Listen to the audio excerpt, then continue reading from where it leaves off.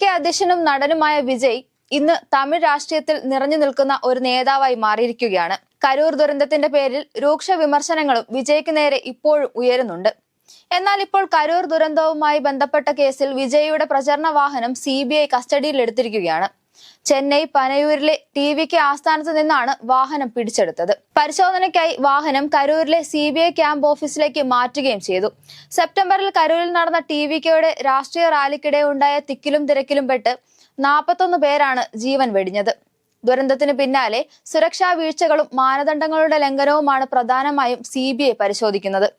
ചോദ്യം ചെയ്യലിനായി ഈ മാസം 12-ന് ഡൽഹിയിലെ CBI ആസ്ഥാനത്ത് നേരിട്ട് ഹാജരാകാൻ വിജയ്ക്ക് നേരത്തെ CBI നോട്ടീസ് അയച്ചിരുന്നു. നേരത്തെ TVK ഭാരവാഹികളിൽ നിന്നും CBI വിവരങ്ങൾ ശേഖരിക്കുകയും ചെയ്തിരുന്നു. സുപ്രീം കോടതിയുടെ മേൽനോട്ടത്തിലുള്ള CBI അന്വേഷണത്തിനോട് സഹകരിക്കുമെന്ന് ആദ്യമേ TVK അറിയിച്ചിരുന്നു. സംസ്ഥാന സർക്കാരിന്റെയും പോലീസിന്റെയും വീഴ്ച കാരണമാണ് കരൂരിൽ അപകടമുണ്ടായെന്നതായിരുന്നു TVKയുടെ വാദം. എന്നാൽ ഈ വാദത്തെ പിന്തുണയ്ക്കുന്ന വീഡിയോ തെളിവുകൾ TVK CBIക്ക് സമർപ്പിച്ചിരുന്നതും ശ്രദ്ധേയമാണ്. അതുകൂടാതെ വിജയുടെ അവസാന ചിത്രമായ ജനനായകന്റെ പേരിലും നിരവധി പ്രശ്നങ്ങൾ ഉടലെടുക്കുന്നതും നാം കാണുന്നുണ്ട്. ചിത്രത്തിലെ സീനുകൾ വെട്ടണമെന്നും സർട്ടിഫിക്കേഷൻ നൽകാതെയും റിലീസ് വൈകിപ്പിച്ചതും വിജയുടെ ആരാധകർക്ക് വലിയ തിരിച്ചടി നൽകിയിരിക്കുകയാണ്. വിജയുടെ രാഷ്ട്രീയ രംഗപ്രവേശം പലരെയും ഭയപ്പെടുത്തുന്നു എന്നുള്ള ആരോപണങ്ങളും ഉയർന്നു വരികയാണ്. എന്നാൽ തന്റെ സിനിമയ്ക്ക് എന്തായാലും പ്രശ്നങ്ങൾ ഉണ്ടാകുമെന്ന് വിജയ് മലേഷ്യയിൽ നടന്ന ജനനായകൻ സിനിമയുടെ ഓഡിയോ ലോഞ്ചിൽ പറയുകയുണ്ടായി. ഇത് വലിയ തോതിൽ തന്നെ വൈറലാകുകയും ചെയ്തു. എന്നാൽ വിജയെ തകർക്കാനുള്ള നീക്കങ്ങളാണ് ഇപ്പോൾ ചിത്രത്തിന്റെ റിലീസ് വൈകിപ്പിക്കുന്നതെന്ന കാരണവും ഒരു വിഭാഗം ആരോപിക്കുകയാണ്. അതിനിടയിൽ സിനിമയുടെ റിലീസ് വൈകുന്നതിന് വിജയുടെ ആരാധകരോട് ക്ഷമ ചോദിച്ച് നിർമ്മാതാവും രംഗത്തെത്തിയിരുന്നു. രാഷ്ട്രീയത്തിൽ മത്സരം TVKയും DMKയും തമ്മിൽ മാത്രമാണെന്ന് പൊതുസമ്മേളനങ്ങളിൽ വിജയ് പറയാറുണ്ട്. അതിനാൽ തന്നെ DMKയ്ക്കും നേതാക്കന്മാർക്കും വിജയെ ഭയമാണെന്ന് പറയുന്നവരുമുണ്ട്.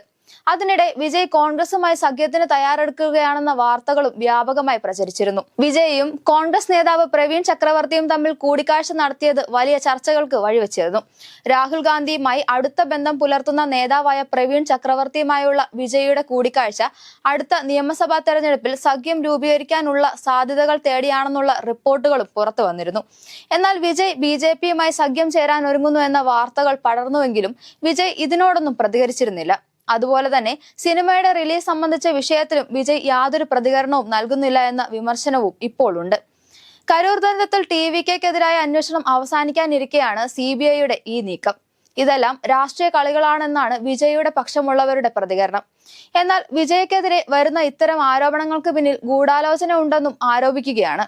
എന്തായാലും ഒന്നിനു പുറകെ ഒന്നായി വിജയെ ലക്ഷ്യം വെച്ച് വരുന്ന വിവാദങ്ങൾ രാഷ്ട്രീയമായ ഒരു മുഖം കൂടി കൊടുക്കുകയാണിപ്പോൾ.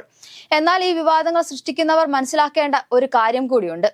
എത്ര തളർത്താൻ ശ്രമിച്ചാലും ഒരിക്കലും വിജയ് തന്റെ തീരുമാനങ്ങൾ മാറ്റുകയില്ല എന്നത് തന്നെയാണ്. പണ്ടു മുതൽ തന്നെ അവഗണനകളും ആക്ഷേപങ്ങളും സഹിച്ച വിജയ്ക്ക് ഇതൊന്നും ഒരു പുത്തരിയല്ല എന്ന മറുപടിയാണ് നൽകാനുള്ളത്. ഇത്തരത്തിലെ ആരോപണങ്ങൾ വിജയെ വളർത്തുകയുള്ളൂ, തളർത്തുകയില്ല എന്നതാണ് വാസ്തവം.